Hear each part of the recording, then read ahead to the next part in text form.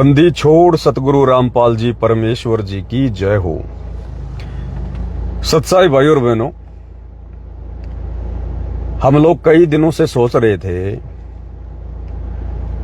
कि ये सतलोक आश्रम हरियाणा वाले जो गांव गांव जाकर राशन बांट रहे हैं, लोगों के मकान बनवा रहे हैं, आखिर ये हकीकत क्या है।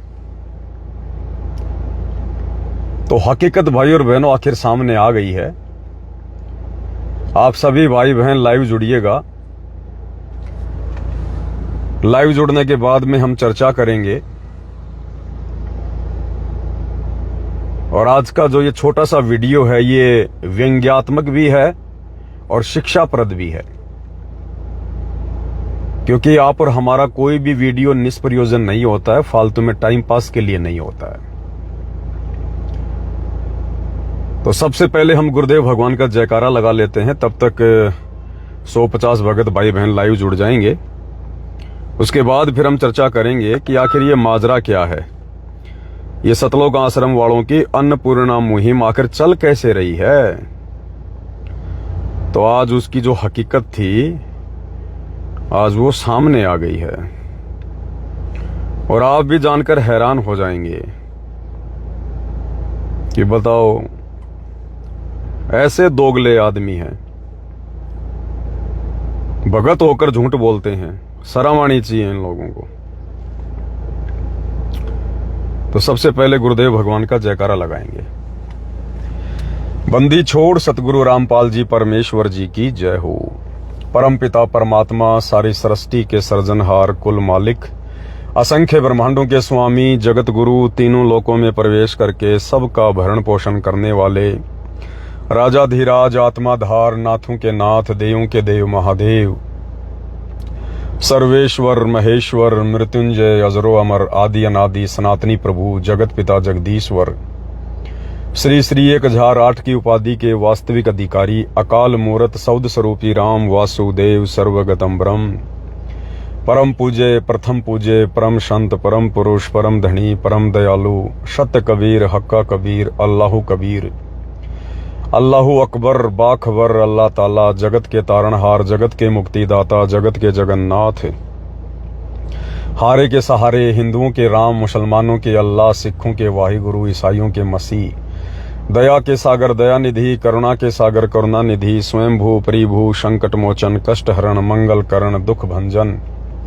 अविगत कबीर, निर्विकार निर्विषम परमात्मा, अलेख सतगुरु, आदि अनादि सतगुरु, असली मर्यादा पुरुषोत्तम, असली राम, असली कृष्ण, असली घनश्याम, असली मुरारी, राजाओं के राजा, महाराजाओं के महाराजा, शहंशाहों के शहंशाह, सम्राटों के सम्राट, भगवानों के भगवान, अल्लाहों के अल्लाह, प्रभुओं के प्रभु, मसीहाओं के मसीह, सच्चे वाहिगुरु, बाबाओं के बाबा, पीरों के पीर, सेठों के सेठ, जगत सेठ, सावड़सा सेठ, सर्वगुण संपन्न, अनंत कोटि कलाओं के स्वामी, अनंत कोटि ब्रह्मांडों के नायक, योगियों में महायोगी, ध्यानियों में महाध्यानी, सिद्धों में परम सिद्ध, ज्ञानियों में तत्व ज्ञानी, ब्रह्म ज्ञानी, महाज्ञानी, परम ज्ञानी, सर्वश्रेष्ठ ज्ञानी, विज्ञानी, युवा कबीर, समृत कबीर, असमवात, अमित ओजा, सच्चे रहनुमा, करीम अल्लाह, सुभान अल्लाह, दुनिया के अंतिम पैगंबर, 8 सितंबर 1951 से गांव धनाना, जिला सोनीपत, हरियाणा, भारतवर्ष की पावन भूमि पे प्रकट रियल कल्कि भगवान,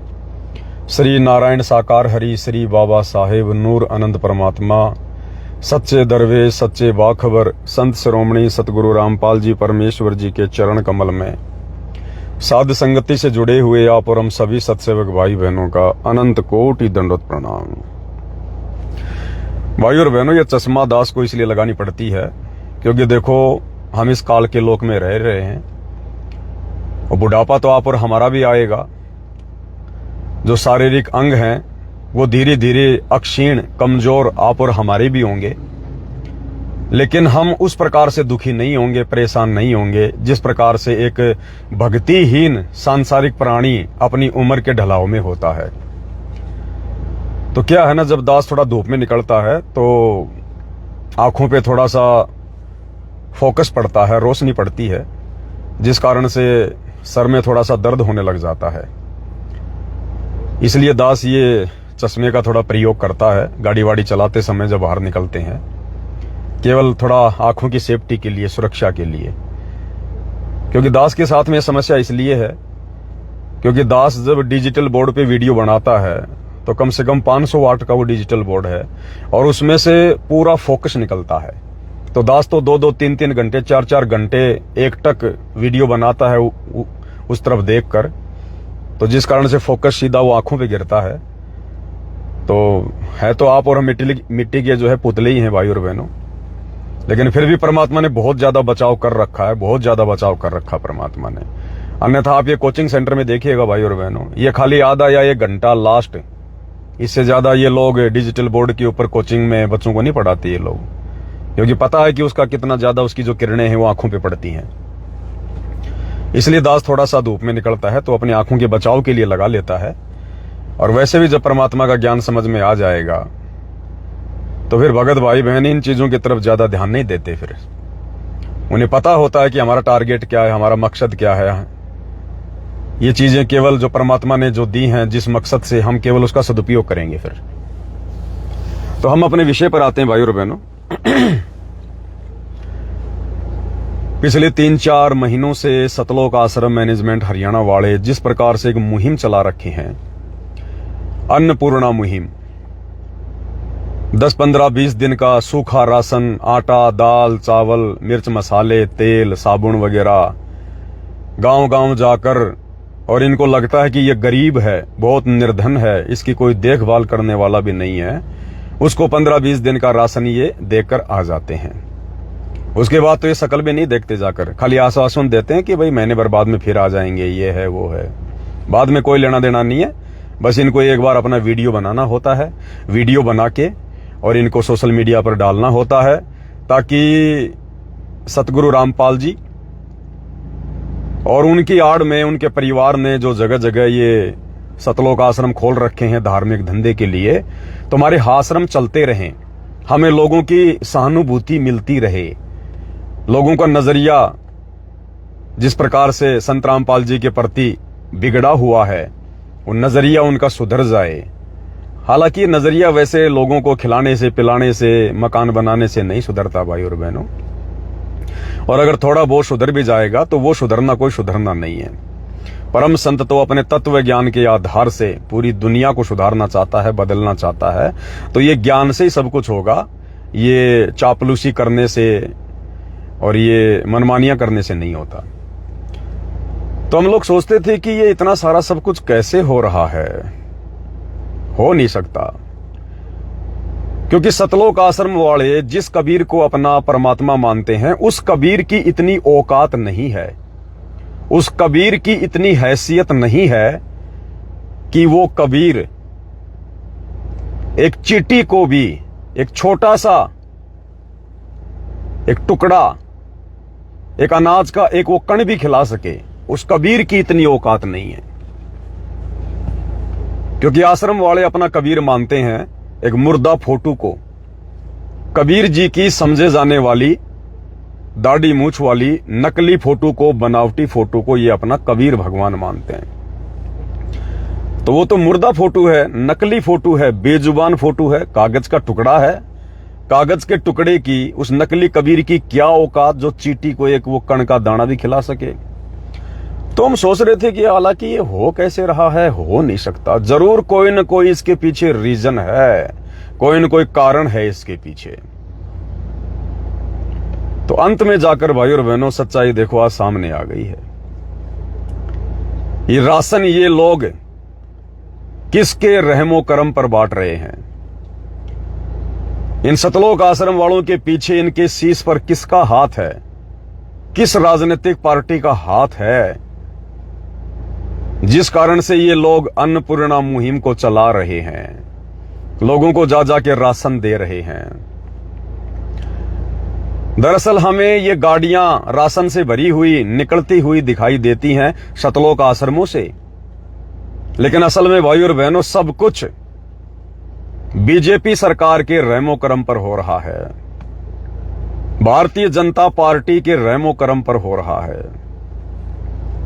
अगर बीजेपी सरकार का हाथ और बीजेपी सरकार का पूरा साथ अगर सतलोक आश्रम मैनेजमेंट हरियाणा के शीश पर ना हो, ये लोग खुद भी भूखे मरे, खुद भी लोगों को राशन बांटना तो बहुत दूर की बात है। और हकीकत आज सामने आ गई भाई और बहनों, हकीकत सामने आ गई। एक छोटा सा वीडियो मैं आपको दिखाता हूं। ये वीडियो है हिमाचल प्रदेश का। जिस प्रकार इन दिनों वहां पर प्राकृतिक आपदाएं कुछ ज्यादा ही आ रही हैं, बाढ़ वगैरह, बादल फटना, नदियां उफान पे हैं, लोगों के मकान ढह गए, सैकड़ों की संख्या में लोग मर गए हैं, हजारों की संख्या में लोगों के मकान बर्बाद हो गए हैं। तो वहां पर जो कुछ सेवादार हैं हिमाचल प्रदेश के, एक ये ओम प्रकाश है, ओम प्रकाश दास, जिसको आप जानते होंगे। पहले वो हिमाचल का स्टेट कोऑर्डिनेटर था। बूढ़ा सा, खोपड़ी में सफेद बाल है, पतला सा। हालांकि बीच में उसको हटा दिया गया। उसके बाद एक अनूप दास है, उसको बना दिया गया। और 6 महीने पहले या 4-5 महीने पहले उसको भी हटा दिया गया। उसका तो बाकायदा पीला पर्चा आया था कि अनूप दास ने खुद शादीशुदा होते हुए, बाल बच्चे वाला होते हुए, और एक दूसरी औरत के साथ में उसके नाजायज संबंध, और ये शिकायत गुरुदेव के पास जेल में गई। और फिर पीला पर्चा निकाला गया कि उसकी सेवा हटा दी जाए। ऐसी निकम्मी आत्माओं का मिशन में कोई किसी प्रकार का योगदान नहीं लेना चाहिए। और बाकायदा उस पीले पर्चे पर हिमाचल के नहीं, उत्तराखंड का था वो, सॉरी, उत्तराखंड का स्टेट कोऑर्डिनेटर, उत्तराखंड का स्टेट कोऑर्डिनेटर अनूप दास, बाकायदा पीले पर्चे पर उसकी फोटो, उसके बच्चों की फोटो, उसकी पत्नी की फोटो, और जिस औरत के साथ उसके नाजायज संबंध थे उसकी फोटो। अब वहां दूसरा ठेकेदार कौन बना है दास को पता नहीं। तो ऐसे ही जो हिमाचल जो प्रदेश है, उत्तराखंड का जो सीमावर्ती स्टेट है, प्रांत है, वहां पर आजकल प्राकृतिक आपदाएं कुछ ज्यादा ही हैं। तो वहां का जो स्टेट कोऑर्डिनेटर है ओम प्रकाश, वो जगह जगह राहत सामग्री बांट रहा है। आश्रम की गाड़ी है, गाड़ी के ऊपर लिखा है अन्नपूर्णा मुहिम, और राशन सामग्री उसमें भरी हुई है। और वहां लेकर ये लोग पहुंचे। और ये मूर्ख प्राणी है भाई और बहनों, इनको बिल्कुल भी इनके अंदर बुद्धि नहीं है, बिल्कुल भी बुद्धि नहीं है इनके अंदर, क्योंकि काल ऐसी आत्माओं में बुद्धि छोड़ता ही नहीं है। देखो, नाम सतगुरु रामपाल जी का, गाड़ियां सतलोक आश्रम की, राशन आ रहा सतलोक आश्रम से, लेकिन अकेले सतलोक आश्रम के राशन से ये अन्नपूर्णा मुहिम नहीं चल सकती।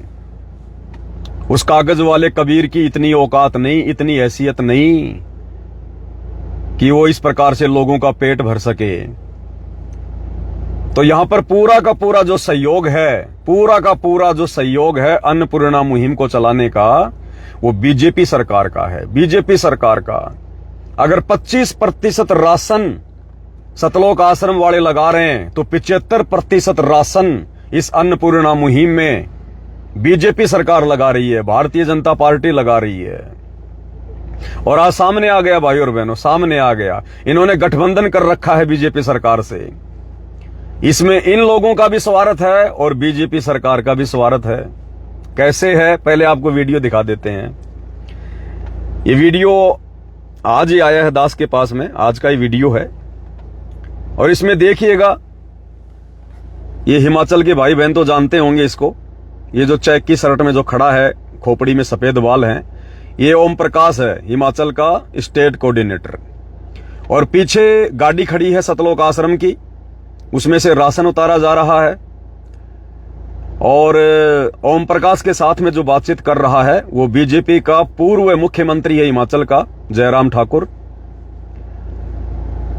और ये राशन कहां उतारा जा रहा है? ये राशन डायरेक्ट लोगों को नहीं दिया जा रहा, जो बाढ़ पीड़ित लोग हैं उनको नहीं दिया जा रहा।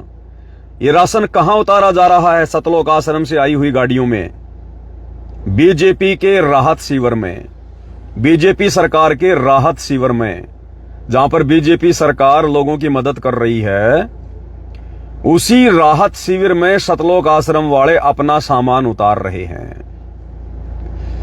अब बेचारे भगत क्या सोचेंगे, गुरुजी की दया, गुरुजी की दया, अन्नपूर्णा मुहिम, अन्नपूर्णा मुहिम।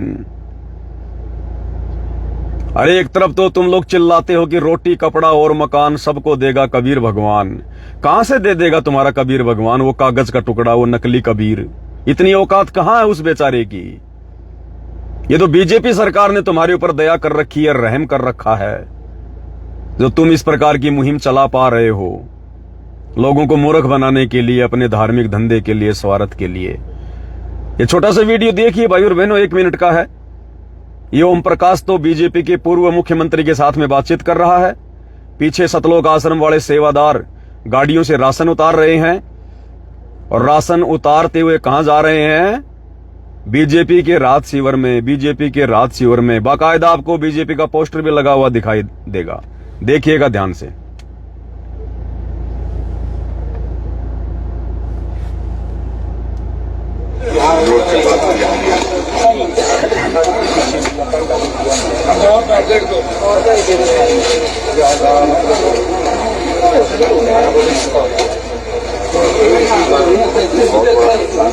ये देखिएगा बीजेपी का पोस्टर।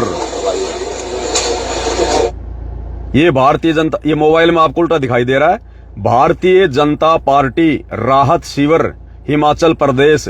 बीजेपी का ये फोटो भी लगा हुआ है कमल का, बीजेपी के लोग भी खड़े हुए हैं। इन गाड़ियों से राशन उतारकर कहां रखा जा रहा है? बीजेपी के राहत शिविर में। आज हकीकत सामने आ गई इन लोगों की। पहले वीडियो देख लीजिए थोड़ा सा ये पूरा।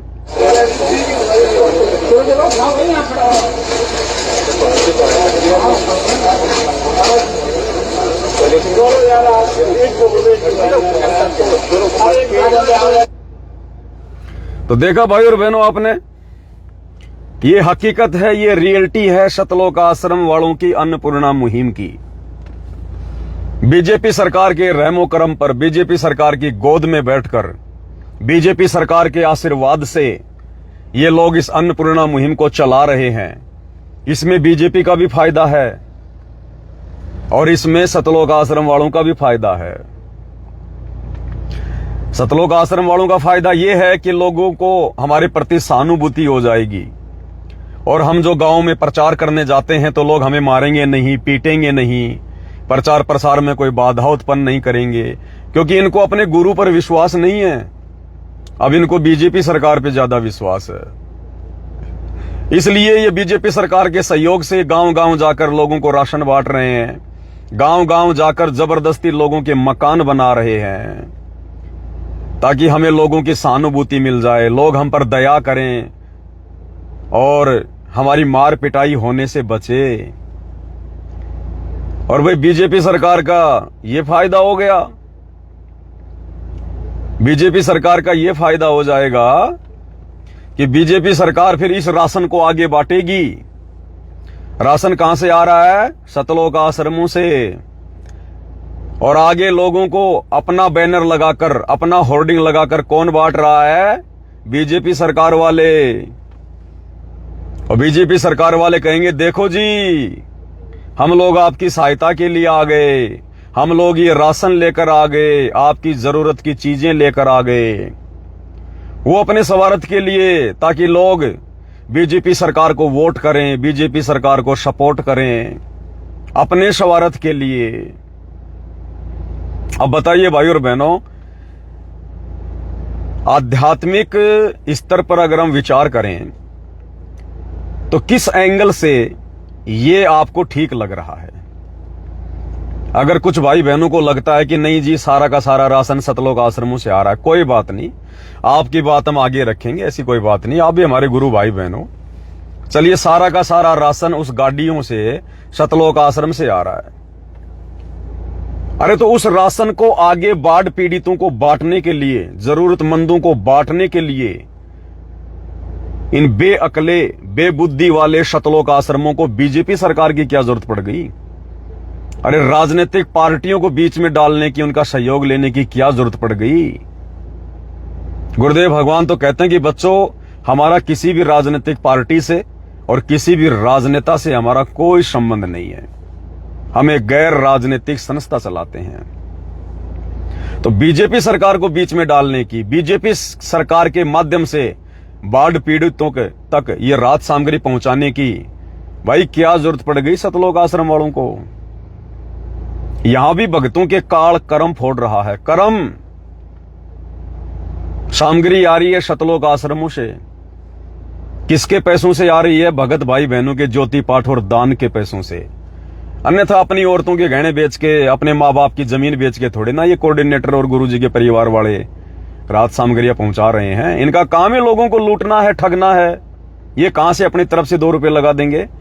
तो बेचारी गरीब जनता का, भोले भाले भक्तों का ये पैसा ज्योति पाठ और दान का।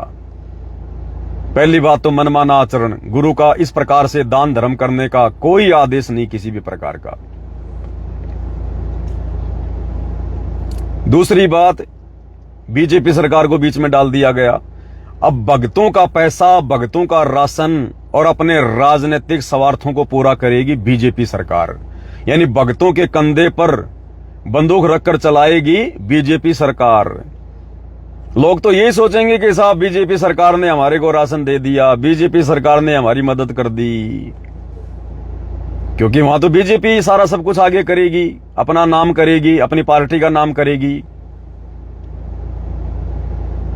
तो बताओ इन राजनीतिक पार्टियों को भी आगे से आगे कुकर्म करने के लिए, क्योंकि ये लोग क्या करेंगे? ये लोग चुनाव जीतकर क्या करेंगे? अच्छा काम तो कोई करते नहीं। ये लोग अच्छा काम भी करेंगे तो 5%, बाकी तो इनसे अच्छा काम हो ही नहीं सकता इनसे, क्योंकि ये गंदी राजनीति काल का हिस्सा है। अब वो राजनेता फिर जीतकर क्या करेगा? दारू के ठेके खुलवाएगा, बूचड़ खाने खुलवाएगा, शराब की फैक्ट्रियां खुलवाएगा, अपने राजनीतिक स्वार्थों के लिए ना जाने कितनों को दुखी करेगा, परेशान करेगा, झूठे आश्वासन देगा। क्योंकि लोग तो यही समझेंगे ना कि भाई बीजेपी सरकार हमारी मदद कर रही है तो बीजेपी को वोट डालने चाहिए। और बैकग्राउंड में सामान किसका है? राशन किसका है? सतलोक आश्रमों का। तो इन लोगों को क्या जरूरत पड़ गई बताओ भाई और बहनों? बेबुद्धि के काम, बेबुद्धि के काम है ये। इसलिए दास आप और भाई बहनों को बार बार कहता है कि आने वाले समय में हम ज्यों ज्यों इस भक्ति मार्ग पर आगे बढ़ेंगे और जो युग परिवर्तन का समय आ रहा है 2028 से 2028 तक, नित नए नए कुकर्म करवाकर ये काल इन आश्रम वालों के और ये बेचारी संगत जिस प्रकार से अंधी होकर इन लोगों का सहयोग कर रही है, अपने गुरुजी के ज्ञान को आधार ना बनाकर, इस संगत के इसी प्रकार से कर्म फूटेंगे, कर्म बिगड़ेंगे इन लोगों के। हमें गुरुदेव ने स्पष्ट मना किया कि किसी विशेष स्थान पर जाकर आपने दान धर्म नहीं करना है बिल्कुल भी। दूसरी बात, हमें गुरुदेव ने यह भी कहा हुआ है सत्संग में, एक जगह जिक्र किया है कि कहीं कोई बाढ़ आ जाए, भूकंप आ जाए, तो वहां पर आप लोगों की दवाई देकर, राशन पानी देकर आप उनकी मदद कर सकते हैं। लेकिन भाई और बहनों, यहां जो सतलोक आश्रम वालों के द्वारा जिस प्रकार से ये मदद वगैरह की जा रही है, राशन वगैरह पहुंचाया जा रहा है, ये उस भाव से और उस भावना से नहीं पहुंचाया जा रहा जिस भावना और भाव को बीच में रखते हुए सतगुरु रामपाल जी ने सत्संग में जिक्र किया है। ये अपने स्वार्थ के लिए कर रहे हैं। इधर से हम इस प्रकार की मुहिम चलाएंगे तो संगत हमें और ज्यादा से ज्यादा दान देगी, ज्योति पाठ करवाएगी और ज्यादा से ज्यादा। इस स्वार्थ में ये लोग इस प्रकार की मुहिम चला रहे हैं। इस प्रकार की मुहिम के पीछे इनका परिवार चल रहा है, इनके बच्चे पढ़ रहे हैं इस प्रकार की मुहिम के पीछे। और बीच में ये लोग राजनीतिक पार्टियों को डाल रहे हैं। पैसा भक्तों का, राशन भक्तों का, मेहनत भक्तों की, और फायदा कौन उठाएगी? बीजेपी सरकार। अरे तुम्हें क्या दिक्कत आ गई थी? वहां तो हर कोई बेचारा बाढ़ पीड़ितों की मदद कर रहा है, हर कोई जिसका जितना सामर्थ्य है। कोई रोक थोड़ी रहा है। बीजेपी सरकार ने कोई बैरियर थोड़ी लगा रखा है, कोई प्रोटोकॉल थोड़ी लगा रखा है कि अगर हिमाचल में बाढ़ पीड़ितों की मदद कोई करेगा तो बीजेपी सरकार के माध्यम से करेगा। वहां तो कांग्रेस सरकार वाले भी कर रहे हैं, दूसरी राजनीतिक पार्टी वाले भी खूब मदद कर रहे हैं। बहुत सारे समाज सेवी भी बेचारे जो है मदद में लगे हुए हैं। बहुत सारे लोग मदद कर रहे हैं। एक देखो बेचारी, तुम तो क्या सेवा करोगे, तुम क्या लोगों की मदद करोगे, तुम तो अपना स्वार्थ बीच में घुसेड़ देते हो हर चीज में। ये देखिएगा, ये वहीं का है, ये अरुणाचल प्रदेश की न्यूज है, ये ध्यान से देखना। ये एक टीचर है, एक लेडीज अरुणाचल प्रदेश की, और उसको जितनी भी सैलरी मिलती है सारी की सारी सैलरी वो गरीबों को राशन बांटने में लगाती है, सारी की सारी सैलरी। तुम आश्रम वालों से लाख गुना अच्छी आत्मा है, लाख गुना अच्छी आत्मा। तुम तो भक्तों को बेचारों को लूट लूट के, ठग ठग के गुरुजी की आड़ में, और फिर तुम लोग इस प्रकार की मुहिम चला रहे हो, और उसमें भी गुरुजी के ज्ञान विरुद्ध, मर्यादाओं के विरुद्ध आचरण करते हुए खुद के कर्म फोड़ रहे हो, संगत के कर्म फोड़ रहे हो। और ये एक टीचर है, टीचर, सरकारी टीचर, और इसको जितनी भी सैलरी मिलती है सारा का सारा पैसा गरीबों को राशन बांटने में लगाती है। अरुणाचल प्रदेश की है ये। ऐसे लोगों की सराहना कोई क्यों नहीं करता। अरुणाचल की एक टीचर मंजू रीबा अपनी पूरी सैलरी जरूरतमंद लोगों को दान कर देती है। तो भाई और बहनों, ये विचार करने की बातें, विचार करने की, ये सामान्य बातें नहीं है। संगत ने आंखें खोलनी पड़ेंगी। गुरुदेव ने कहा, दया बिना दरवेश कसाई, जिसके मन में दया नहीं है वो कसाई के समान है भगत होकर। लेकिन गुरुदेव ने फिर हमें यह भी बताया कि आवश्यकता से ज्यादा दया भी नहीं करनी चाहिए जो तुम्हारी मर्यादा तोड़ दे। राजा जनक का उदाहरण दिया गुरुदेव ने। काल ने उसके आधे पुण्य दान करवा दिए थे, वो भी दया भाव में आ गया था। तो ये जिस प्रकार से मदद करने का ढोंग और ड्रामा किया जा रहा है सतलोक आश्रम वालों के द्वारा, ये गुरुजी के विधान और मर्यादाओं के खिलाफ है। ये कलयुग की बिचली पीढ़ी का समय है, बिचली पीढ़ी का समय। और इस समय हमने केवल उतना ही करना है और वही करना है जितना हमें गुरुदेव भगवान ने निर्देशित किया, आदेशित किया है। पहले के समय की बात और थी कि कोई मर्यादा भी तोड़ रहा था, परमात्मा ने खुद उन मर्यादा विरुद्ध उन कर्मों में उनका सहयोग भी किया। जैसे नरसिंह जी का भात परमात्मा ने भरा, जबकि आज परमात्मा भात भरने के समर्थन में नहीं है। आज परमात्मा सतगुरु रामपाल जी खुद भी भात नहीं भर रहे। उनके भी तो सिस्टर हैं, 3 हैं, 4 हैं। उन्होंने अपनी बहनों का भात नहीं भरा, और ना हमें शिक्षा दे रहे कि भक्तों ने भी भात वात नहीं भरना, पाटड़े वाटड़े पे नहीं चढ़ना, अपनी पूजा नहीं करवानी। ये सामाजिक कुरीतियां हैं, परंपराएं, इनको हटाना है। और 300 साल पहले, 400 साल पहले भगवान ने खुद नरसिंह का भात भर दिया। आज परमेश्वर हमें मना कर रहे हैं कि चींटी को भी नहीं सताना, नहीं तो मर्यादा टूटेगी। और सदना कसाई की विशेष प्रार्थना पर परमात्मा ने रोजाना 100 बकरे काटने का आदेश दे दिया। आज गुरुदेव भगवान हार श्रृंगार करने के लिए मना करते हैं कि ये तो रंडियों के काम है, समाज में नीचे गिरी हुई औरतों के काम है, वैश्याओं के काम है।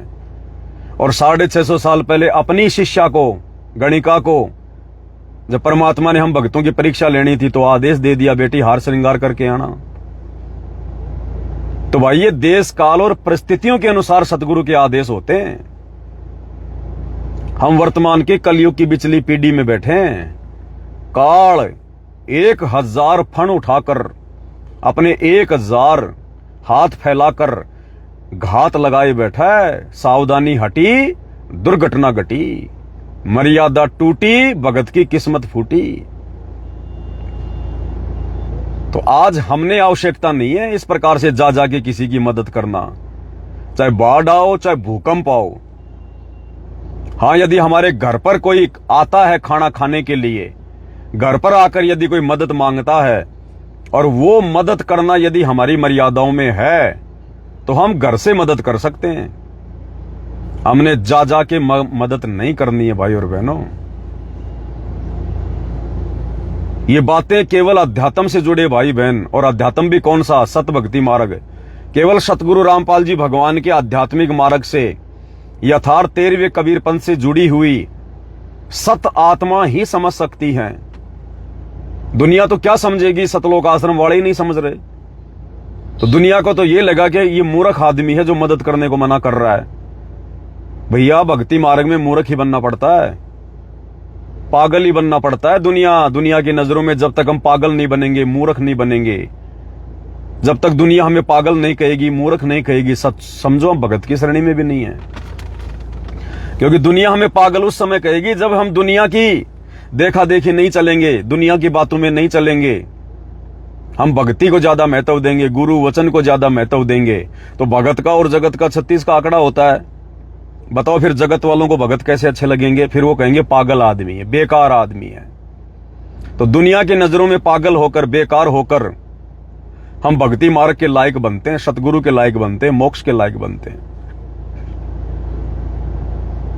तो मान लो अगर इन लोगों ने मर्यादा तोड़कर अगर वहां जाकर लोगों की मदद भी करनी थी, तो ये बीजेपी सरकार को बीच में डालने का क्या औचित्य है? क्यों जबरदस्ती चापलूसी कर रहे हो? अरे जब पैसा तुम्हारा, राशन तुम्हारा, सेवादार तुम्हारे, तो बीजेपी सरकार को फालतू में वो क्रेडिट क्यों दे रहे हो? मतलब क्या निकला तुम्हारा? अरे तुमसे अच्छी तो कांग्रेस सरकार है, तुमसे अच्छी तो दूसरी राजनीतिक पार्टियां हैं जो अपना खुद का झंडा लगा के लोगों की मदद करती हैं, एक दूसरी पार्टी के साथ में मिलकर नहीं करती। तुम्हारे अंदर तो इतनी बुद्धि भी नहीं है। ये हाल है इन लोगों के। और दास आपको पहले कह रहा भाई और बहनों, ये सारा का सारा केवल दिखावा है, दिखावा। ये जितनी भी मदद हो रही है ना, ये सब दिखावा है, दिखावा, टोटल दिखावा। आपको एक छोटा सा वीडियो दिखाता हूं, हिमाचल का ही है, और यही सतलोक आश्रम वाले, हिमाचल वाले भाई बहन पहचान जाएंगे इनको। ये जा जाके लोगों को राशन बांट रहे हैं। और किन लोगों को भाई और बहनों? आप देखना इन लोगों को, ये गरीब आदमी है। ये एक बहन है हट्टी कट्टी, अच्छे खासे कपड़े पहन रखे हैं, और दोनों कानों में कम से कम भी नहीं तो 1 लाख रुपए का सोना है, 1 लाख रुपए का सोना। और उसका चेहरा देखना किस प्रकार से हंस हंस के बात कर रही है। उसके चेहरे पे कोई सिकन ही नहीं है कि हम गरीब हैं। अरे गरीब की तो शक्लो सूरत ही बेचारे की बिगड़ी हुई होती है। पहले आप ये वीडियो देखिए और इसके कानों में देखिए, कम से कम 1 लाख रुपए का सोना है दोनों कानों में। गले में कोई चैनवान भी डाल रखी होगी 60-50 हजार रुपए की। नीचे पैरों में भी कुछ पहन रखा होगा सोने चांदी का। और किस एंगल से आपको ये गरीब लग रही है, बेसहारा लग रही है, असहाय लग रही है, निर्धन लग रही है? एक बार ये वीडियो देखिएगा। नमस्कार जी। नमस्कार जी। मैम थोड़ा अपना नाम बताएं और आपको जो संतराम क्या क्या दिए? मेरा नाम कहने वाली हूँ। हमें राशन में आटा, चावल, तेल, दाल, जैसे नहाने का साबुन हो गया, जैसे कि दूध, मतलब सभी सामग्री हमें जो मिली हुई है आज, हमें बहुत खुशी हुई है। ये हमें संत रामपाल जी महाराज की तरफ से जो दिया गया है, हम उनका तहे दिल से धन्यवाद करते हैं। और आगे जो हमारी समस्या होगी वो भी हम आपके पास पहुंचाते रहेंगे। वो पूरी हुई है? हाँ जी, हमें बहुत जरूरत थी सामान की, जो हमें आज पूरी हुई है। आज हमें इतनी संतुष्टि हुई है। आज हमें लग नहीं रहा है ऐसा कि हमारे साथ ऐसा भी खेल हुआ है जो हमें बाहर से जूझना पड़ा था। हाँ जी, जो संत रामपाल जी महाराज आपकी मदद के लिए आगे आए। अब बताओ भाई और बहनों, कौन से एंगल से ये बहन गरीब लग रही है? इस बहन से ज्यादा गरीब तो सतगुरु रामपाल जी के 80% भगत हैं, 80%। इस बहन से ज्यादा गरीब। 1 लाख रुपए का सोना तो ये अपने दोनों कानों में लिए घूम रही है। अगर वास्तव में इसको जरूरत होती, आवश्यकता होती, तो जरूरतमंद व्यक्ति कानों में सोना पहन के नहीं घूमेगा, अपनी जरूरतें पूरा करेगा, उस सोने को बेचेगा। और लाख रुपए का सोना जिसके पास हो वो गरीब आदमी है क्या? अगर ये भूखी मर रही होती, अपना सोना निकाल के बेच देती अब तक। तो ये ड्रामा किया जा रहा है अन्नपूर्णा मुहिम के नाम पर। ड्रामा, नौटंकी की जा रही है, और जबरदस्ती काल भक्तों के कर्म फुड़वा रहा है, ये काल करवा रहा है सारा सब कुछ। ये गरीब लोग नहीं है। बाढ़ आ गया, भूकंप आ गया, कुछ भी आ गया, अगर इनको जरूरत थी, इनके पास है भाई, इनके पास पैसे भी हैं। अरे बैंक थोड़ी डूब गया। जिसके दोनों कानों में लाख रुपए का सोना है, उसके बैंक में भी तो लाख 2 लाख रुपए पड़े होंगे। तो बाढ़ में बैंक थोड़ी बह गए। एक बैंक बह गया होगा, 2 बैंक बह गए होंगे। एटीएम तो आपके पास है, और बहुत सारे एटीएम में जाकर निकाल लेते। ऐसे लोगों के तो रिश्तेदार भी सक्षम होते हैं, रिश्तेदार भी। तो ये किस एंगल से आपको भाई भिखारण लग रही है, ये गरीब लग रहे हैं आपको। लेकिन इन लोगों ने तो काल प्रेरणा से जबरदस्ती गुरु मर्यादा तुड़वाकर मनमान आचरण करते हुए संगत के ढंग से कर्म फुड़वाने ढंग से। तो ये हाथ कंगन को आरसी क्या, पढ़े लिखे को फारसी क्या। भाई और बहनों, आप लोगों के सामने इनकी हकीकत है। इनसे भक्ति नहीं की जाती, ये लोग मर्यादा नहीं निभाते, ये लोग फालतू की ड्रामेबाजी करने में सबसे आगे रहते हैं, सबसे आगे। और देख लेना आने वाले समय में भाई और बहनों, परमात्मा का तो पंजा तुम्हारे सिर से हट चुका है। गुरुदेव भगवान का पंजा तो आश्रम वालों के सिर से हट चुका है। केवल बैटरी चल रही है, बैटरी। और जिस दिन ये बैटरी डिस्चार्ज हो जाएगी, तुम्हारे पाप कर्म उजागर होंगे। फिर तुम मांगोगे जिस प्रकार ये लोग याचना कर रहे हैं, फिर तुम बनोगे भिखारी दुनिया के। और उस समय ना तो तुम्हारी मदद ये दुनिया करेगी, और सतगुरु ने तो फिर करनी नहीं, क्योंकि सतगुरु को तो तुमने बहुत दुखी कर रखा है। सतगुरु के दिल पे तो तुम लोग वज्रघात कर रहे हो, वज्रघात। काल हंसी उड़ा रहा है सतगुरु की, तुम्हारे कुकर्मों को दिखा दिखा करके। देख, तो बोला मैं इनको सतलोक ले जाऊंगा, काल से दूर करूंगा, देख मेरे जाल में कैसे फंसते जा रहे हैं। तो काल को मौका दे रहे हैं सतगुरु की खिल्लियां उड़ाने के लिए। ये हाल है इन लोगों का। तभी तो हम सोचें कि यार ये सतलोक आश्रम वाले लोगों को राशन कैसे दे रहे हैं, कहां से आ रहा है। अब पता चला उस कागज वाले, उस मुर्दा कबीर की औकात थोड़ी है जो लोगों को खाना खिला दे। इतना सब कुछ बीजेपी सरकार के सहयोग से हो रहा है, बीजेपी सरकार की गोद में बैठ के किया जा रहा है। लोगों को राशन बांट रहे तो बीजेपी सरकार के सहयोग से। इनके सभी सतलोक आश्रम यदि चल रहे हैं तो बीजेपी सरकार के सहयोग से। नेपाल में नेपाल की सरकार के सहयोग से। जिस राज्य में जिस पार्टी की सरकार है, ये सतलोक आश्रम वाले उसी के तलवे चाटने लग जाते हैं, चाहे कांग्रेस हो, चाहे बीजेपी भी हो, चाहे आम आदमी पार्टी हो। पंजाब में आम आदमी पार्टी के तलवे चाटे जा रहे हैं। पंजाब में जब ये जाते हैं लोगों के मकान बनाने, घर बनाने, तो बीजेपी का नहीं लगाते पोस्टर, वहां पर आम आदमी पार्टी। आश्रमों में बुलाते हैं तो आम आदमी की पार्टी के लोगों को, मुख्यमंत्री की मां को। वहां बीजेपी वालों को नहीं बुलाते ये, क्योंकि जिस स्टेट में जिस पार्टी की सरकार है उसी के तलवे चाटेंगे तभी तो आश्रम चलेंगे। नहीं तो 2 मिनट में सरकार सील लगवा देगी। इनकी क्या औकात है। संत रामपाल जी बैठे हिसार जेल में, और उनके नाम पे, जिन पे देशद्रोह का मुकदमा लग रहा है, तुम काहे के आश्रम चला रहे हो भाई। पॉइंट ही पॉइंट है सरकार के पास में, पॉइंट ही पॉइंट। ना हो तो भी सरकार की बराबरी थोड़ी कर लोगे, प्रशासन से थोड़ी ना तुम ऊपर हो जाओगे। प्रशासन तो किसी भी बात को लेके 2 मिनट में ताला लगा देगा। तो बीजेपी सरकार के रहमो करम से इनके आश्रम चल रहे, बीजेपी सरकार के रहमो करम से इनकी अन्नपूर्णा मुहिम चल रही है। आज आपने प्रत्यक्ष प्रमाण देख लिया, प्रत्यक्ष प्रमाण किस प्रकार से आश्रमों से सामान ला के बीजेपी सरकार के राहत शिविर में डाल रहे हैं। और अब बीजेपी वाले अपनी सरकार का नाम करके और फिर इस राशन को आगे बांटेंगे। ये गंदा खेल चल रहा है इन आश्रमों में, ये गंदा खेल। ये लोग भक्ति के निकट भी नहीं है, निकट भी।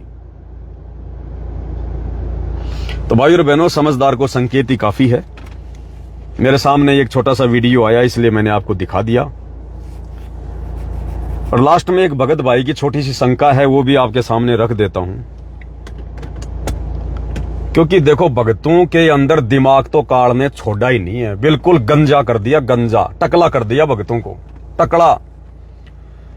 सतगुरु रामपाल जी ने तो तत्व ज्ञान की बरसात कर रखी है, और ये सतलोक आश्रमों से जुड़े हुए भाई बहन, इनके भेजे में ज्ञान का अकाल पड़ा हुआ है, अकाल, अकाल पड़ा हुआ है।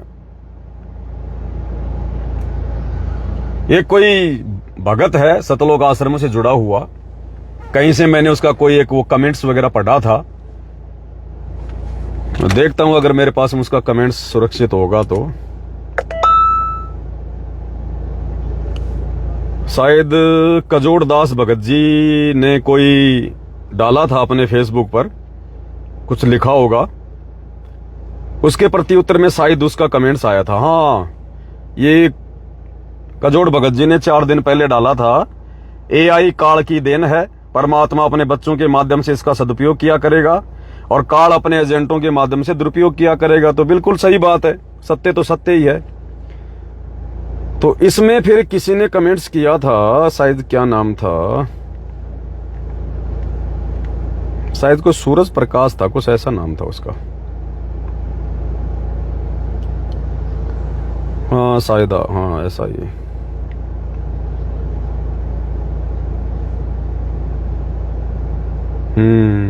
शायद वही है, अभी तो कुछ दिख नहीं रहा उसका।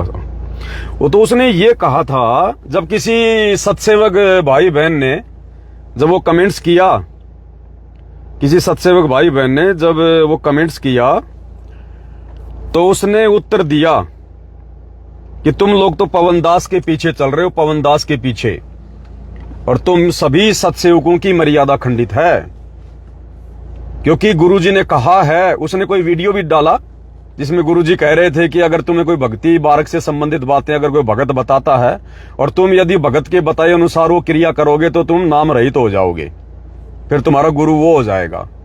तो उसने कहा कि पवन दास तुम लोगों को जैसा कहता है तुम लोग वैसा ही करते हो। और उसने एक मेरा वीडियो डाला पहले वाला, जिसमें दास एक ब्लैक कलर की टी शर्ट और एक लोअर पहन के और नीचे बैठकर आप भाई बहनों को गुरुदेव के ज्ञान आधार से समझा रहा था कि भाई अगर मंत्र जाप यदि करते करते समय यदि हमारा किसी का कोई पैर दर्द करने लग जाए, घुटना दर्द करने लग जाए, तो हमें बिल्कुल ऐसे ही मतलब बैठे नहीं रहना है, क्योंकि ये सहज मार्ग है। आप मतलब घुटनों के बल बैठ के परमात्मा को दंडोत करते हुए भी आप मंत्र कर सकते हो। तो दास ने तो एक ज्ञान आधार से उस हिसाब से बताया था। तो वो कह रहा है कि देखो पवन दास जैसा कह रहा है तुम वैसे मंत्र कर रहे हो, दंडवत करते करते मंत्र कर रहे हो। गुरुजी ने कब कही ये बात? तुम तो पवन दास के पीछे चल रहे हो, तुम्हारा तो गुरु पवन दास हो गया। अब वो बेबुद्धि का इंसान, बेअकला इंसान, उसको ये नहीं पता कि पवन दास जो भी कुछ बोलता है उसका कहीं न कहीं जिक्र, कहीं न कहीं कोई प्रमाण गुरुजी ने दे रखा होता है।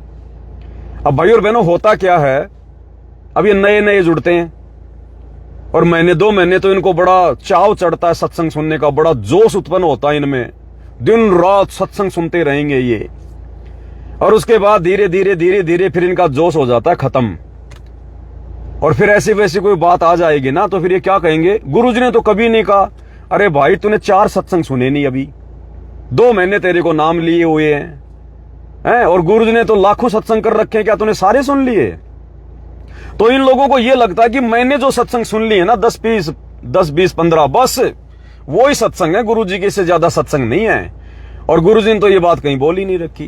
तो भाई आप लोगों की हालत है कुएं के मेंढक जैसी।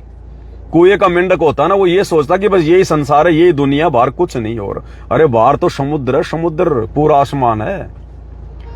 तो ये 10 15 20 सत्संग सुन लेते हैं महीने 2 महीने में, साल 6 महीने में, और इनको लगता कि बस हमने जो सत्संग सुन लिया गुरुजी ने केवल बस इतना ही ज्ञान दिया, इससे ज्यादा नहीं दिया। अरे समर्थ के तो लाखों सत्संग है, वो ना जाने किस सत्संग में कौन सी बात को छुपा के रखता है। समय आने पर जीव को बुद्धि देता है, तब वो सत्संग समझ में आता है। अन्यथा वो सत्संग आप चाहे 100 बार सुन लो, लाख बार सुन लो, आपकी वो बातें समझ में नहीं आएंगी। अब यही सत्संग गुरुदेव के जो हम सब लोग जो सुन रहे हैं, साथ संगतियां कर रहे हैं, दिखा रहे हैं, ये जेल जाने से पहले के सत्संग है सारे। उस समय आप और हमारे समझ में नहीं आ रहे थे, हम गुरु को परमात्मा की दृष्टि से नहीं ले रहे थे। आज उन्हीं सत्संगों से हम लोग निष्कर्ष निकाल के अपने गुरु को परमात्मा मान के भक्ति कर रहे हैं। तो उस समय हमारी बुद्धि नहीं थी इतनी विकसित, परमात्मा ने नहीं आने दी हमारी समझ में। आज समय आया तो परमात्मा ने हमारा ज्ञान योग खोल दिया। आज उन्हीं सत्संगों पे हम लोग सत्संगतियां कर रहे हैं।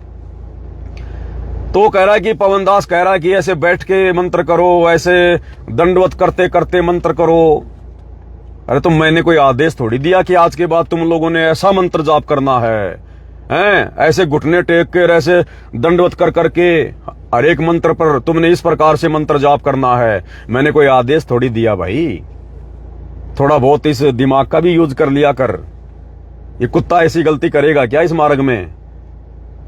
13-14 साल हो गई परमात्मा ने दास को अपनी शरण में ले रखा है।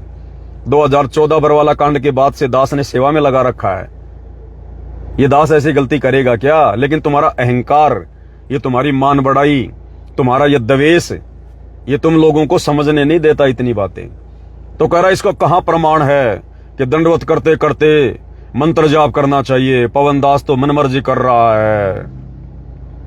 अब भाई और बहनों, तुम भी बताओ, ये मैंने अपनी तरफ से कहा क्या? मैंने कोई अपनी मनमर्जी चलाई है क्या? क्या गुरुजी का आदेश नहीं है? अब देखो, आप सबके समझ में आ जाएगी कि हाँ भाई गुरुजी का आदेश है, और उसके भी समझ में आ जाएगी। और एक बार नहीं, गुरुजी ने कोई सैकड़ों बार कहा है। अरे गुरुदेव ने क्या कहा कि जब भी आप अपने गुरुदेव को दंडवत करो तो कैसे दंडवत करना चाहिए? जमीन पे घुटने टेको, हाथ जोड़ो, फिर जो भी मंत्र आपको मिला हुआ है 1 या 2 मंत्रों का जाप करो, उसके बाद गुरुदेव को दंडवत करो। तो बताओ, मैंने नया क्या बोल दिया? मैंने भी तो यही कहा कि मंत्र करते करते अगर तुम्हारे पैर दर्द करने लग जाएं, घुटने दर्द करने लग जाएं, तो आप लोग इस प्रकार से भी, जैसे हमें गुरुदेव भगवान ने बताया है, आप इस प्रकार से भी कर सकते हैं। सामने अपने गुरुदेव की फोटो रखकर, या दरबार में बैठकर, या अपने मन में सामने अपने गुरुदेव भगवान को रखकर, और आप जी इस प्रकार से दंडवत करते करते मंत्र कर लो। अरे अपने गुरु को ही तो दंडवत कर रहे हैं, सामने गुरुदेव की तो फोटो है। और खाली मैंने प्रथम मंत्र के लिए तो कहा है, शतनाम के लिए थोड़ी कहा है। प्रथम मंत्र के लिए तो कहा है। तो प्रथम मंत्र में जो सबसे पहला मंत्र है, जो सार्वजनिक है, सत सुकृत अविगत कबीर, ये कबीर परमात्मा की पूजा का मंत्र है। तो मैंने यही तो कहा कि वो मंत्र बोलते समय आप अपने गुरुदेव को दंडवत कर लो, फिर वापस बैठ जाओ और बाकी के मंत्र कर लो। तो गुरुदेव की पूजा का मंत्र है वो, मूल मंत्र है वो। बाकी तो ओम नाम काल का मंत्र है, दूसरा मंत्र अक्षर पुरुष का है, बाकी मंत्र जो हैं वो ब्रह्मा विष्णु महेश के, देवी के, शंकर जी के हैं।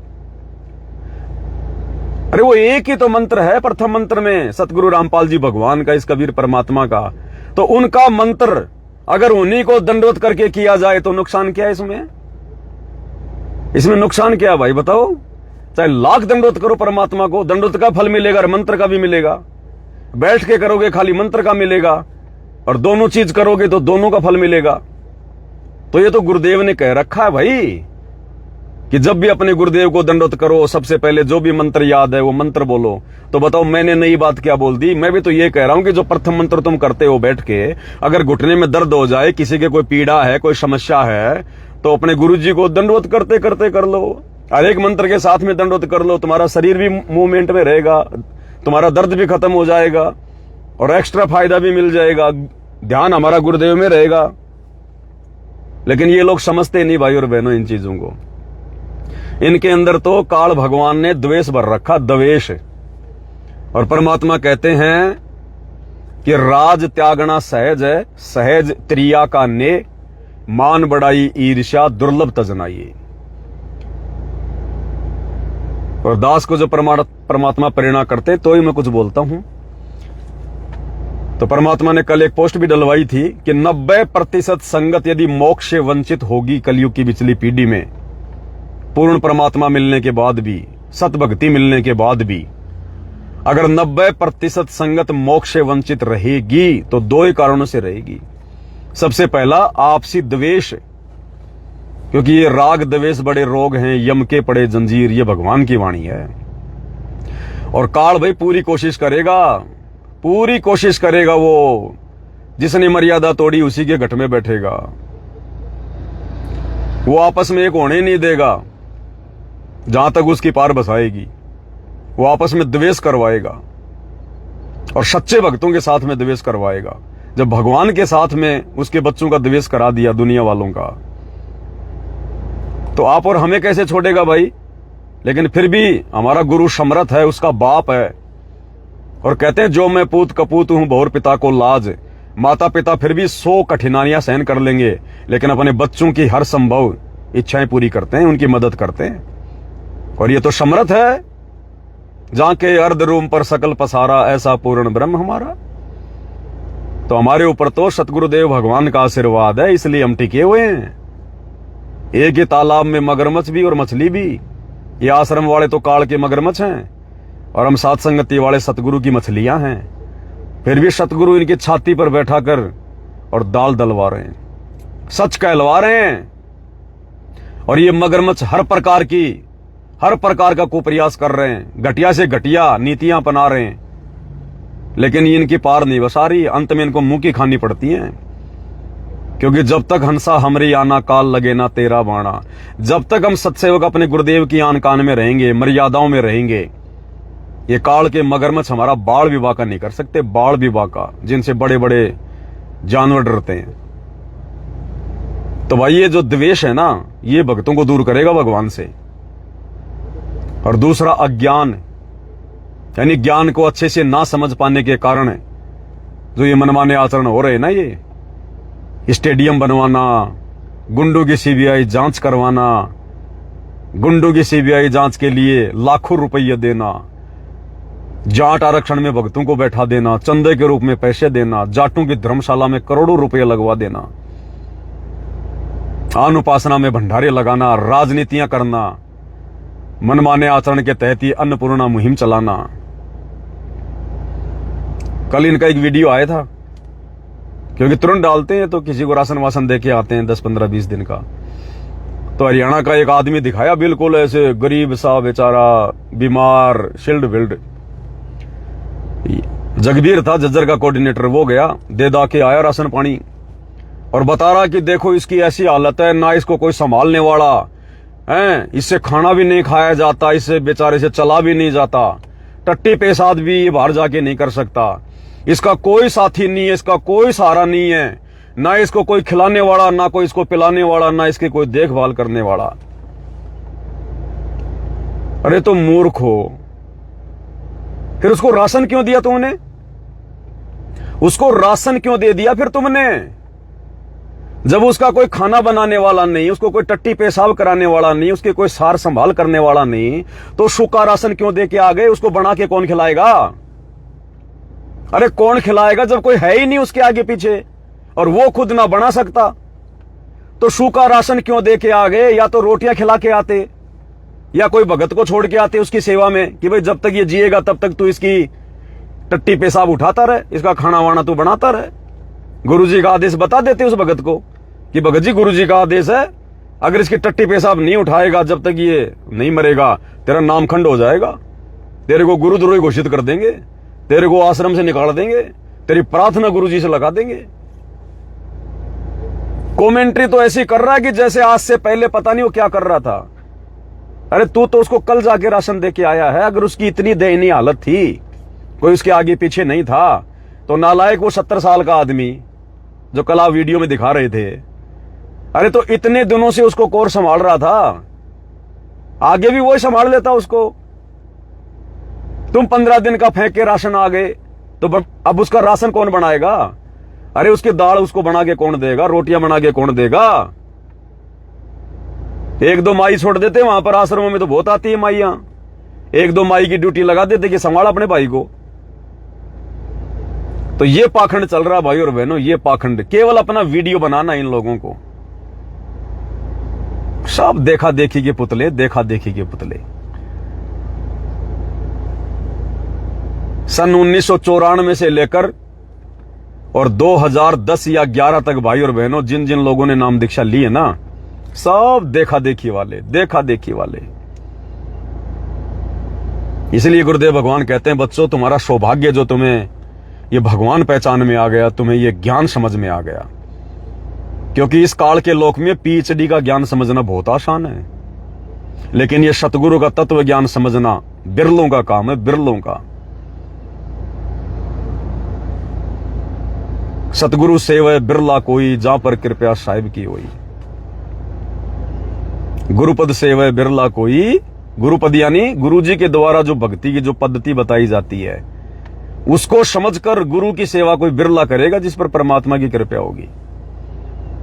तो ये सौभाग्य भाई और बहनों, साथ संगति से जुड़े हुए भाई बहनों का, चाहे वो संकल्प से जुड़ा हो, चाहे मंत्र दीक्षा ले रखी हो, ये उन आत्माओं का परम सौभाग्य है।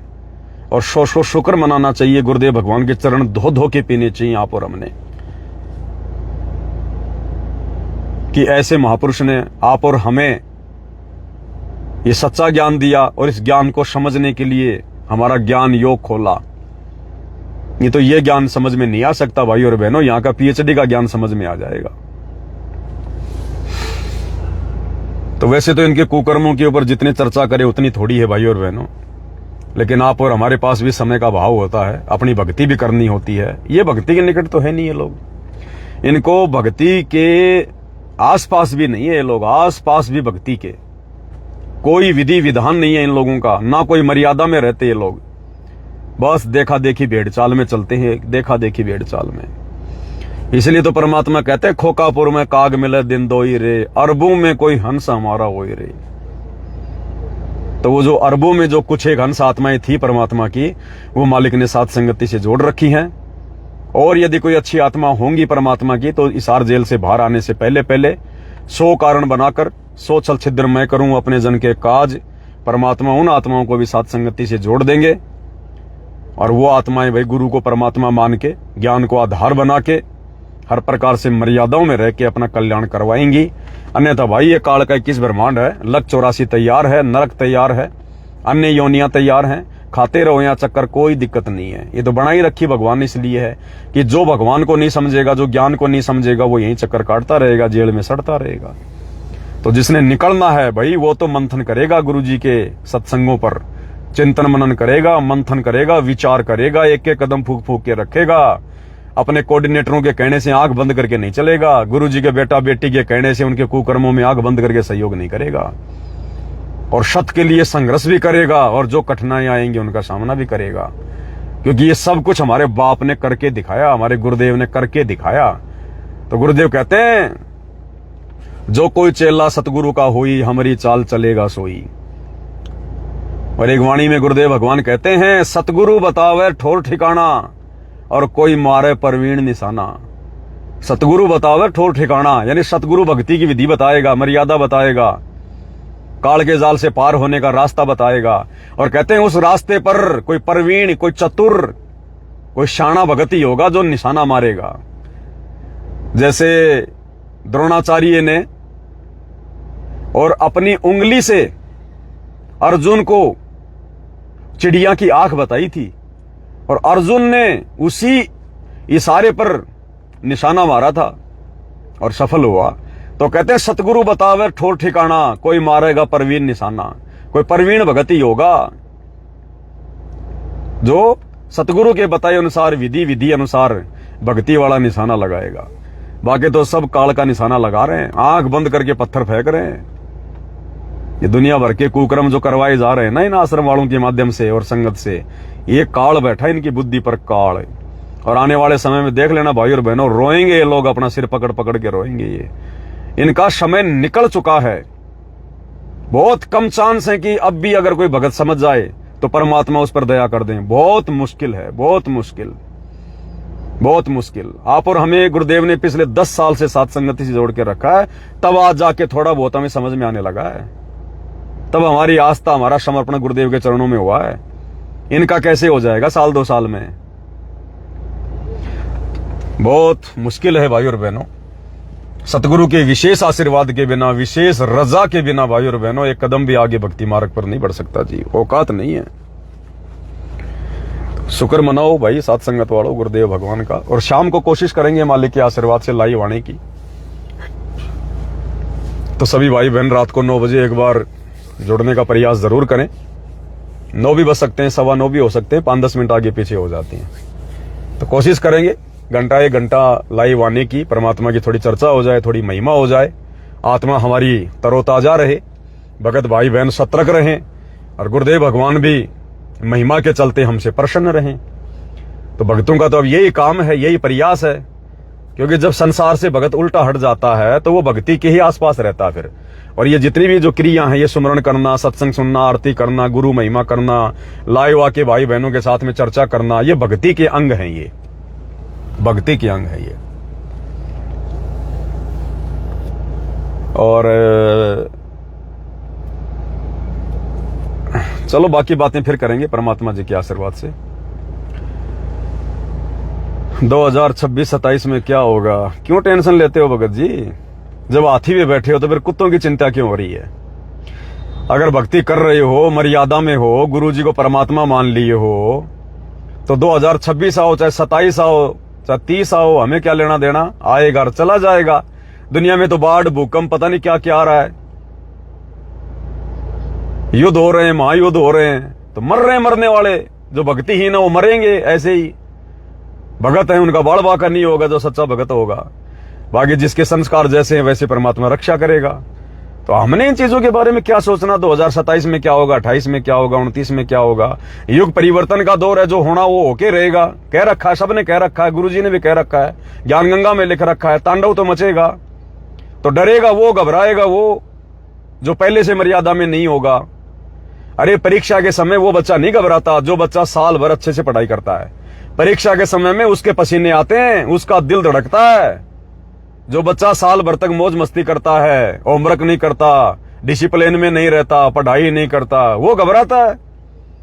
और जिसने पढ़ाई करी है अच्छे से, उसको तो खुशी होती है कि जल्दी से मेरे हाथ में पेपर आ जाए और मैं लिखना शुरू करूं।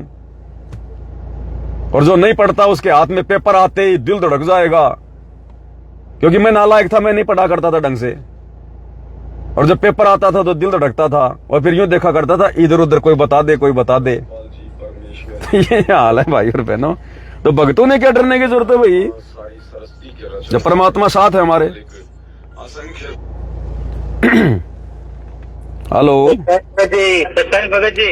सतसाहिब जी, सतसाहिब। सत्साई भगत जी, मैं अहमदाबाद से बोल रहा हूँ, गुजरात। जी बोलिए। तो भगत जी 2020 में जुड़ा था। 2020 में? हाँ 2020 में, कोरोना के बाद। अच्छा, नाम लिया था तब। अभी 2022 में भी सात संगति में जुड़ा। अच्छा। तो मालिक की कृपा है, दया है। ठीक है, परमात्मा के बताए अनुसार भक्ति करोगे, मर्यादा में रहोगी तो परमात्मा तो दया बरसा के रखेंगे। हाँ, ये मुनीम चला रहे हैं तो समझते ही नहीं है। काहे की मुहिम है भगत जी, सब कुछ काल का झंझट है सारा का सारा। ये इस समय काल यही तो करेगा, भक्तों का समय और श्वासें तो बर्बाद करवाएगा। हाँ, परमात्मा कहते हैं, वो अपने अन्न देव की आरती में बोलते हैं परमात्मा के बुक बावला दिए विचार भय चक्रे कई बार। अब इन्होंने पार तो होना नहीं है। हाँ, और ये जिन जिन लोगों को राशन पानी बांट रहे हैं, अगले जन्मों में वो इनको बांट देंगे, उन्हीं को बांट देंगे। भगत जी यही तो मसला है, यही समझ नहीं पाते भगत जी। अब ये काल का जाल है भगत जी। भूख बाकला दिए विचार भय चकवे कई बार। हाँ, उसने वो अनाज बांटा था, उसने वो बाकड़ियां बांटी थी, गेहूं बांटा था उसने, वो उबाल उबाल के। तो उस दान धर्म के प्रतिफल में फिर वो बहुत सारे जन्मों तक वो चक्रवर्ती राजा बना। राजा तो बना, रहा तो काल के जाल में ही राजा बनेगा, फिर कभी तो भिखारी भी बनेगा, भिखारी भी बनेगा, 84 में भी जाएगा, नरक में भी जाएगा। हमने तो मोक्ष चाहिए, इसलिए सतगुरु के बताए अनुसार ही दान धर्म करेंगे, भक्ति विधि करेंगे, मनमाना आचरण नहीं करेंगे भाई। सही सही भगत जी, ये तो मालिक की कृपा हुई, आपको खड़ा कर दिया तो हम लोगों को समझा दिया। अब गुरुदेव ने कह दिया, अगर तुम्हारे दरबार पे कोई भिखारी आता है, कोई जानवर आता है तो खाना डाल दो, खिला दो। हाँ, वो सही है, वो परमात्मा ने बताया है जी, वो कर सकते अपने। पर ये तो घर घर बांट रहे हैं, तो कैसा है? काल सिर पे बैठा भगत जी, काल बुद्धि पे बैठा है, सदबुद्धि नहीं आने देता। सही सही भगत जी, काल की माया ही ऐसी है। ये तो कोई बिरले आत्मा होंगे जिनकी परमात्मा सदबुद्धि खोलेगा और जिनको ये बातें समझ में आएंगे, वो डरेगा डरेगा, अन्यथा नहीं भगत जी। डर के ही भक्ति करनी पड़ेगी परमात्मा की, तभी तो यहाँ मुक्त हो पाओगे। अरे गुरुजी के समय भाई गुरुजी के समय क्या कोई बाढ़ नहीं आई, कोई भूकंप नहीं आई। गुरुजी अपने सत्संग में जिक्र करते हैं कि बच्चों सन 2000 में गुजरात में भयंकर भूकंप आया था, लाखों लोग मारे गए, मकान जमीन में चले गए। अब बताओ, सन 2000 में सतगुरु रामपाल जी ने गुजरात के भक्तों को कभी आदेश दिया कि जाकर तुम उनको राशन बांटो? नहीं दिया। अरे गुजरात में भी तो भगत थे उस समय, सतगुरु रामपाल जी भी तो थे। इतना बड़ा भूकंप आया था कि आपने किसी भगत को आदेश दिया कि तुम जाके गुजरात में तुम सामान बांटो? नहीं दिया, नहीं दिया। लोगों के मकान फूट गए, तुम उनके मकान बनाओ। हाँ, बहुत मकान धस गए थे पूरे। तो आज भी तो वही सतगुरु रामपाल जी हैं, आज कौन सा बदल गया? नहीं बदला, नहीं बदला। तो ये तो काल करवा रहा है सब कुछ, काल करवा रहा है, काल बैठ गया इनकी बुद्धि पे काल बैठा भगत जी। हाँ, दूसरा उनको समझने मौका ही नहीं देगा वो। अच्छा, दूसरी बात, ये सबसे ज्यादा भिखारी हरियाणा में है क्या? हाँ, दूसरे राज्य में क्यों नहीं पाते? और जगह क्यों नहीं देते राशन पानी ये? हाँ, इनको चुनाव लड़ने, गुरुजी के लड़कों को भगत जी राजनीति में आना, चुनाव लड़ना, इनको अपना वोट बैंक भी तो तैयार करना है। सही सही भगत जी। हाँ, बिना स्वार्थ के थे ये लोग भगत जी एक कदम आगे नहीं रखते। काल का ये गुण होता है, बिना स्वार्थ के काल एक कदम आगे नहीं रखता। नहीं रखता। ये बात है भगत जी, सही सही। मैं तो 2 ही साल में आया हूँ भगत जी। हैं? एक बार आप आए थे ना भोपाल। हाँ, भोपाल गए थे में। सात संगति में। हाँ, 2 साल पहले। जी जी। बस वहीं पे आया था सात संगति में। एक मेहसाना हुई थी मनु भगत के वहाँ अपने। हाँ हाँ, वहाँ भी गए थे गुजरात में बस भी। हाँ, वहाँ पे तब आया था। बस तो बाकी तो मोबाइल में देखते रहते। बस ये भगत जी देखो, हमें जानकारी मिलती रहे, मर्यादा टूटने से बचती रहे।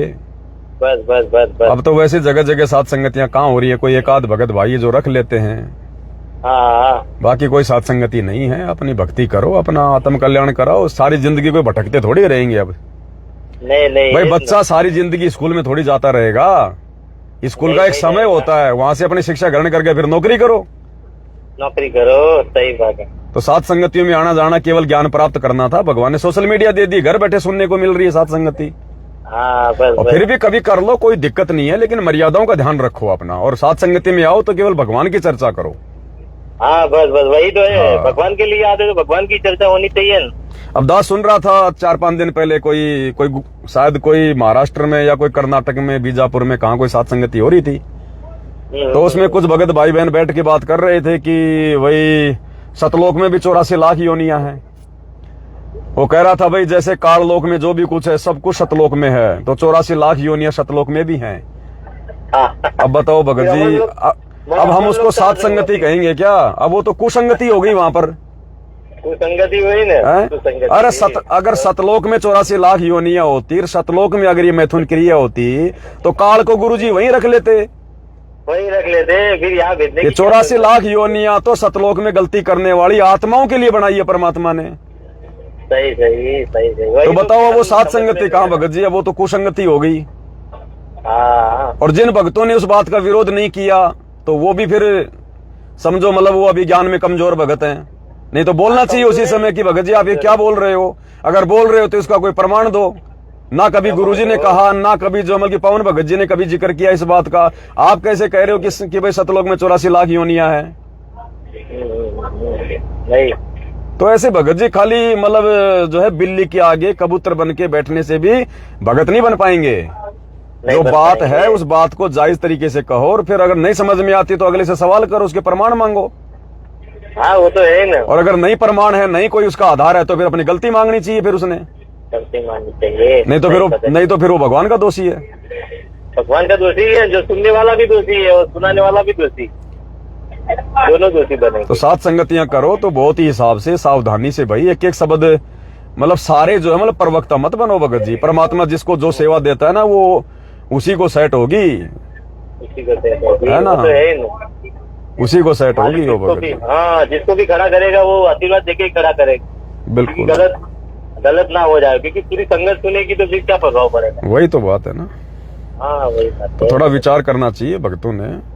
ये बहुत ही, ये भगत जी काल हर जगह घात लगा के बैठा है, सात संगत वालों पे तो स्पेशल तौर से। हाँ, वो तो समय के हिसाब से बैठेगा ही ना। परमात्मा ने जहाँ पर सच्चाई होगी वहीं तो काल का प्रेशर होगा। हाँ, वही तो प्रेशर होगा। तो सच्चाई थी सतलोक आश्रम में, वहां पे काल बैठ गया, बरवाला कांड हो गया। उसके बाद थोड़ी बहुत सच्चाई थी संगत में, तो संगत को भी काल ने जगह जगह आश्रम खुलवा के अपने कब्जे में ले लिया। अब सच्चाई है सात संगति में, तो काल यहाँ पे भगत जी पीछे कैसे रहेगा? नहीं रहेगा। वो तो कहीं के मौका लगा के ही चौका मारेगा वो। तो बहुत सावधानी से भाई, सावधानी। बस अपने मालिक से प्रार्थना करते हैं, मर्यादा ना टूटे भगवान। बस यही प्रार्थना होनी चाहिए भगवान से भगत जी। और है भी क्या हमारा यहाँ? हाँ, बस मर्यादा टूटी तो समझो किस्मत फूटी। वही तो है। ठीक है भगत जी। ठीक है सत साहिब भगत सत जी। साहिब। तो भाई और बहनों विचार कर लेना अब क्या है क्या नहीं है। वीडियो को यहीं समाप्त करते हैं गुरुदेव भगवान के आशीर्वाद से। रात्रि 9 बजे कोशिश करेंगे परमात्मा की दया से। बंदी छोड़ सतगुरु रामपाल जी परमेश्वर जी की जय हो।